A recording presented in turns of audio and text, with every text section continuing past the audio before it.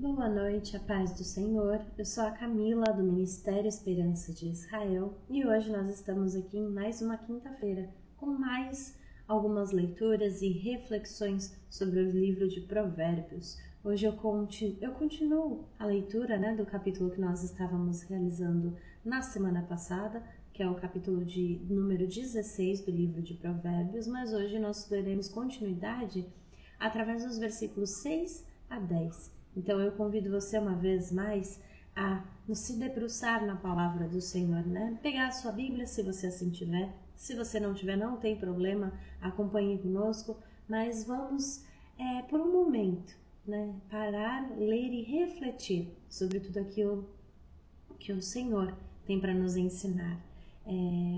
Então fica aqui o convite, fica à vontade para abrir a sua Bíblia. O livro é o livro de Provérbios, capítulo 16, versos de 6 a 10. E o verso 6, ele diz assim na palavra de Deus: pela misericórdia e pela verdade se purifica a iniquidade, e pelo temor do Senhor os homens se desviam do mal. Em referência a esse verso desse capítulo, nós temos também no capítulo anterior, no capítulo 14, o verso 16, que diz que o sábio, ele teme e se desvia do mal, mas o tolo, ele se encoleriza e se dá por seguro, pela misericórdia, e pela verdade da parte dos homens, fluindo em fé na misericórdia e na verdade de Deus para com os homens também, é que mostra-se que a iniquidade foi eliminada. Vou descomplicar o que parece super complicado, Na verdade, a iniquidade, ela não é eliminada por força de homem, E assim como a sabedoria, ela também não é conquistada através apenas do pleno conhecimento humano, mas é através do Senhor, através da graça, através da misericórdia do Senhor, e assim nós podemos obter essa limpeza da nossa iniquidade, essa libertação da nossa iniquidade, essa purificação da nossa iniquidade através da fé no Senhor. O Senhor Deus, ele trata conosco com misericórdia, para que assim a gente também haja com misericórdia para com os nossos semelhantes. Então, é a gente compreender a reflexão que esse verso traz, de que não é aleatoriamente ou gratuitamente, não, é o poder e a graça de Deus que purifica a iniquidade que é em nós. E não é para que nós sejamos libertos de tudo aquilo que há de errado em nós, que seja o nosso pecado ou que a nossa transgressão, para que uma vez limpos a gente possa escolher e realizar qualquer coisa que a gente queira fazer novamente da nossa mente. Não, mas é para que a gente, uma vez limpo, uma vez purificado, nós possamos nos desviar do caminho da transgressão e do erro, nos desviar dessa iniquidade e permanecer em busca do Senhor, aproveitando essa oportunidade de graça para se manter, para nos mantermos em santidade e em justiça. Como? Buscando a face do Senhor, a presença do Senhor e estar diante dele todos os dias da nossa vida. Então esse salmo, ele vem para mostrar para a gente que é através da misericórdia de Deus e através da verdade declarada que a iniquidade, ela é realmente limpa, mas todas essas coisas, elas não têm como ocorrer se não houver temor do Senhor, porque é pelo temor, é pela observação, pelo reconhecimento do poder de Deus que verdadeiramente os homens e mulheres purificados pelo Senhor, uma vez, eles podem se desviar de todo o mal. O verso 7, ele diz assim: sendo os caminhos do homem agradáveis ao Senhor, até seus inimigos faz que tenham paz com ele. E esse verso, ele traz uma reflexão interessante, Sendo os caminhos do homem agradáveis ao Senhor, ou seja, sendo os caminhos do homem, o homem caminhando no centro da vontade de Deus, até aqueles que podem vir a se levantar como inimigos, eles entrarão em estado de paz. Não é de concordância, não é de conivência, mas aqueles que podem ser caracterizados como inimigos não se levantarão em ataque como inimigos ou confronto, e sim coexistirão, manterão a paz por ali. E a gente tem Uma passagem na palavra de Deus, lá no livro de Gênesis, no capítulo 31, dá um exemplo pra gente de como foi isso, né? Lá em Gênesis 31, Labão e Esaú, eles ficaram constrangidos a ficar em paz com Jacó. Eu deixo aqui essa sugestão de leitura para você ler esse capítulo de 31, buscando essa compreensão de como o Senhor pode fazer todas as coisas para todo aquele que caminha no centro da vontade dele. Quando os seus caminhos agradam ao Senhor e estão em consonância com a vontade dele, como as coisas, de fato, como a palavra diz, cooperam para o bem, né? Não coisas aleatórias, não vem dificuldades do nada, né? Ainda assim, o Senhor, ele controla e guia, né, toda a situação e a sua vida, o seu ao redor, para que tudo esteja bem. E é assim que o Senhor faz com todo aquele que confia nele, né, que se presta a obedecê-lo e a conhecer um pouco mais dele e viver esse relacionamento com ele todos os dias. No verso 8, a palavra de Deus diz assim que melhor é o pouco com justiça do que a abundância de colheita com injustiça. E esse verso a gente viu, né, num capítulo anterior, no Provérbios 15, a gente já tinha comentado e observado sobre ele. Mas hoje eu trago mais uma referência que está lá no livro de Salmos, capítulo 37, verso 16, que diz um pouco mais explicado. Vale mais o pouco que tem o justo do que as riquezas de muitos ímpios, né? Sabendo nós que esse valor, ele não é um valor material, né? Ele é um valor mais profundo. E também nesse livro de Provérbios, mas no capítulo 15 que nós vimos antes, né? Nós vimos durante esse mês que passou, Provérbios 15, verso 16, capítulo 15, verso 16 diz que melhor é o pouco com o temor do Senhor do que um grande tesouro onde há inquietação. É um lembrete pra gente do Senhor de que essa perseguição em acumular, em acrescentar, em ter tudo que é necessário, traz a inquietação. E não é a vida que o Senhor desejou para nós, que nós estejamos tão abastados, tão prósperos, que isso se torne o centro da nossa vida e o centro da nossa inquietação. O Senhor não criou as pessoas para terem crise de ansiedade. O Senhor, ele não criou as pessoas para ficarem sem sono, não conseguirem dormir de preocupação. O Senhor não criou as pessoas para ficarem com essa sensação de que estão sendo perseguidas ou ainda de que alguém está levando vantagem sobre elas. O Senhor não nos criou para isso, mas quando nós vivemos em temor ao Senhor, nós aí vivemos a verdadeira vida em calma, em paz, em tranquilidade. Eu lembro que nas observações que nós fizemos no capítulo de Provérbios 15, verso 16, nós chegamos a refletir como se onde há verdadeiramente o temor do Senhor e a confiança do Senhor e esse desejo de conhecer a palavra, se aprofundar no Senhor, é como se aí estivesse um silêncio, né? É como se não é que não houvessem problemas, haverão e ocorrerão problemas na vida de todas as pessoas nesta terra. Não há pessoas sem nenhum tipo de dificuldade, mas onde não há temor do Senhor, os problemas são mais fortes e são mais altos, porque eles são o centro da vida,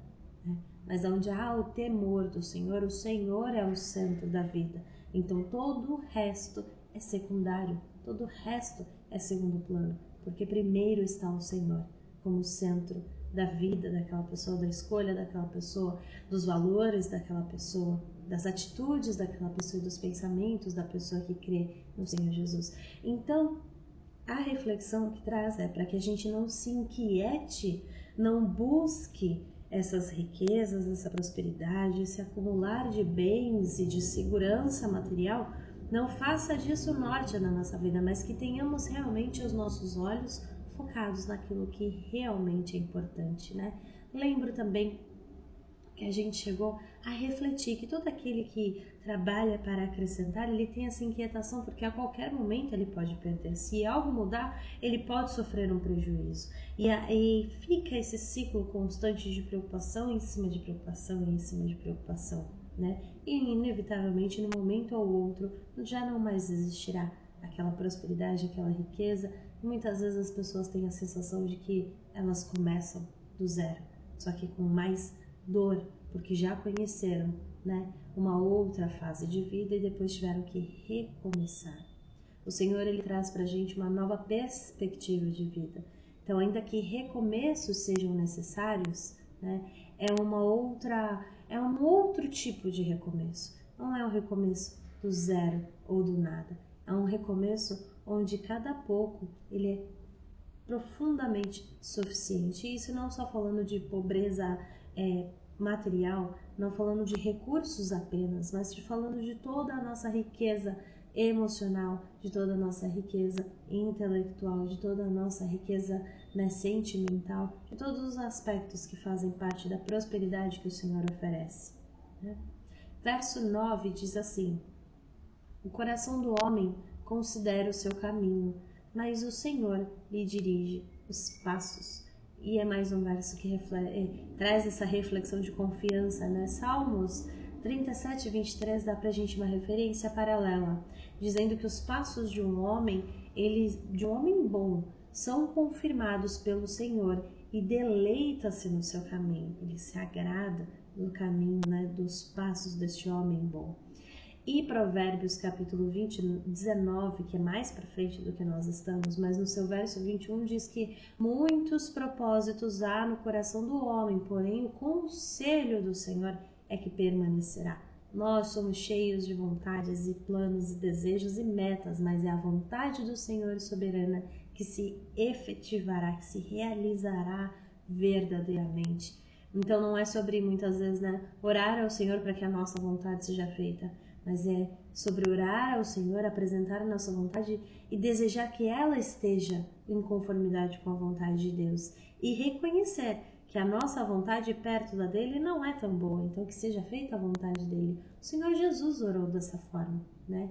E principalmente naquele momento derradeiro ali do sacrifício, que ele orou pedindo ao Senhor que tirasse, né, que tirasse da mão dele aquele cálice, aquela situação, aquela amargura, mas que fosse feita a vontade do Senhor e não a dele. É essa importância da confiança que o verso 9 traz pra gente, que é essencial para aquele que crê no Senhor. É compreender que mesmo que Ele está no controle de todas as coisas, mesmo que, ainda que desejemos, né, melhor e mais e muito mais rápido, é a vontade do Senhor que será realizada. É a vontade do Senhor que é realizada desde o princípio de todas as coisas. E é a vontade dele que vai ser realizada no durante e até o final. Tem ainda uma passagem de referência que é o livro de Jeremias, capítulo 10, verso 23, que diz assim: eu sei, ó Senhor, que não é do homem o seu caminho, nem do homem o que caminha o dirigir os seus passos. Esse contraste, né, de ansiedade de o homem planejar o seu próprio caminho, né, e ao mesmo tempo ele está à disposição da soberana vontade do Senhor, que é Senhor dos seus passos. Então, embora num sentido o homem ele tem essa coisa de querer ser livre, no outro ele tem que reconhecer que ele é dominado pela divina providência de Deus. É como se o homem propusesse as coisas e Deus dispusesse efetivamente das coisas, né? Nós temos em nós essa divisão, nós temos em nós essa luta interna e essa batalha, né? Mas Deus, Ele tem o controle de todas as coisas e o conhecimento até dos nossos próprios pensamentos. E Ele não jamais será um tirano ordenador. Ao contrário, Ele deseja que nós escolhamos o bem, mas tudo aquilo que é conhecido a Ele já se tornou, já foi declarado por Ele, todas as coisas já aconteceram diante dos olhos do Senhor. Então nada há para Ele em oculto.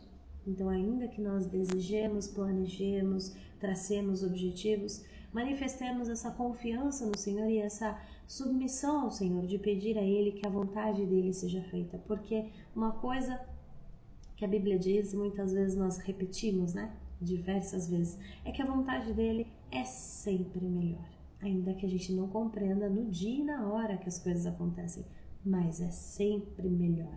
Não é às vezes, não é depende, não é em algumas situações, é sempre. Ele sempre terá o melhor. Ele sempre disporá do melhor. E Ele sempre executará o melhor por nós e nas nossas vidas, né? É sobre entregar nosso caminho ao Senhor.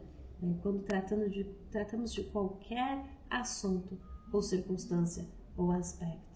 E aí, no verso 10 dessa noite, que é o nosso último verso de leitura e reflexão, diz assim, que a adivinhação se acha nos lábios do rei, em juízo não se prevaricará a sua boca.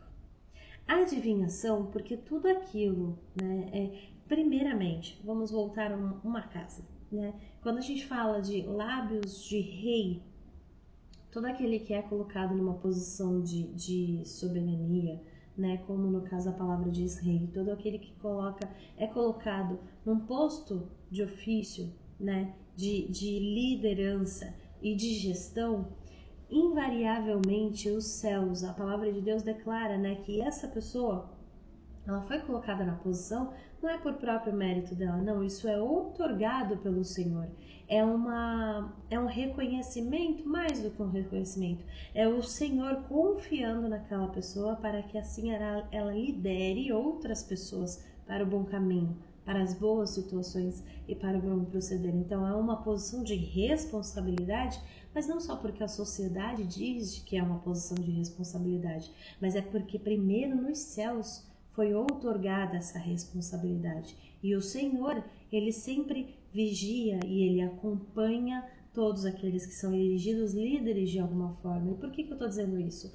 Porque nos lábios, né, nas palavras, nas atitudes daquele que é colocado nesse tipo de posição de destaque, de liderança, que exerce gestão, essa palavra adivinhação é porque o Senhor Ele derrama uma sagacidade, Ele derrama uma sabedoria, se assim a pessoa buscar se alimentar dele, se assim a pessoa reconhecer Ele como Senhor e como líder supremo, como Senhor soberano de todas as coisas, né? Ao pronunciar, por exemplo, um rei, ao pronunciar algum decreto, ou alguma lei, ou alguma ordem, aquilo já é automaticamente considerado correto, justo e verdadeiro, porque vem de uma posição de respeito e de autoridade.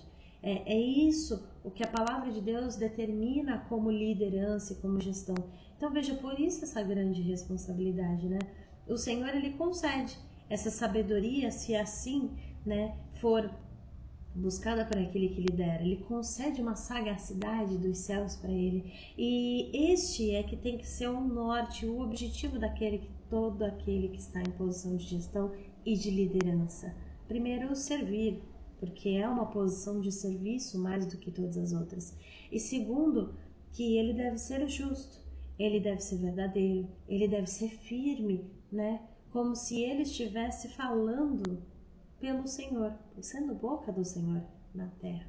Olha o valor que essa reflexão traz para a gente, né? Olha o peso de alguém que está numa posição de liderança, e a liderança não é só profissional, às vezes é liderança na família, às vezes é liderança entre os colegas, às vezes é uma liderança na comunidade, às vezes é uma liderança no prédio, enfim, a liderança, o liderar, ele não é efetivamente uma posição profissional, mas ele é a oportunidade de direcionar, de instruir, de fomentar, né, de inspirar e assim ser firme, verdadeiro e justo, como o Senhor deseja que nós sejamos, como nós estamos liderando e inspirando as pessoas a seguirem o caminho da vida, da fé e da boa esperança. Essas são as leituras e as considerações dos versos de 6 a 10 nessa noite do capítulo 16 do livro de Provérbios. Eu agradeço muito a sua companhia até aqui e, se o Senhor assim permitir, na próxima quinta-feira estaremos aqui novamente fazendo mais um vídeo, né, do Quinta com a Palavra, fazendo mais um pouco de leitura e mais um pouco de considerações sobre aquilo que o Senhor gostaria que nós refletíssemos, para assim nos tornarmos pessoas melhores, cidadãos dos céus efetivamente. Eu agradeço a sua companhia até aqui e que Deus te abençoe.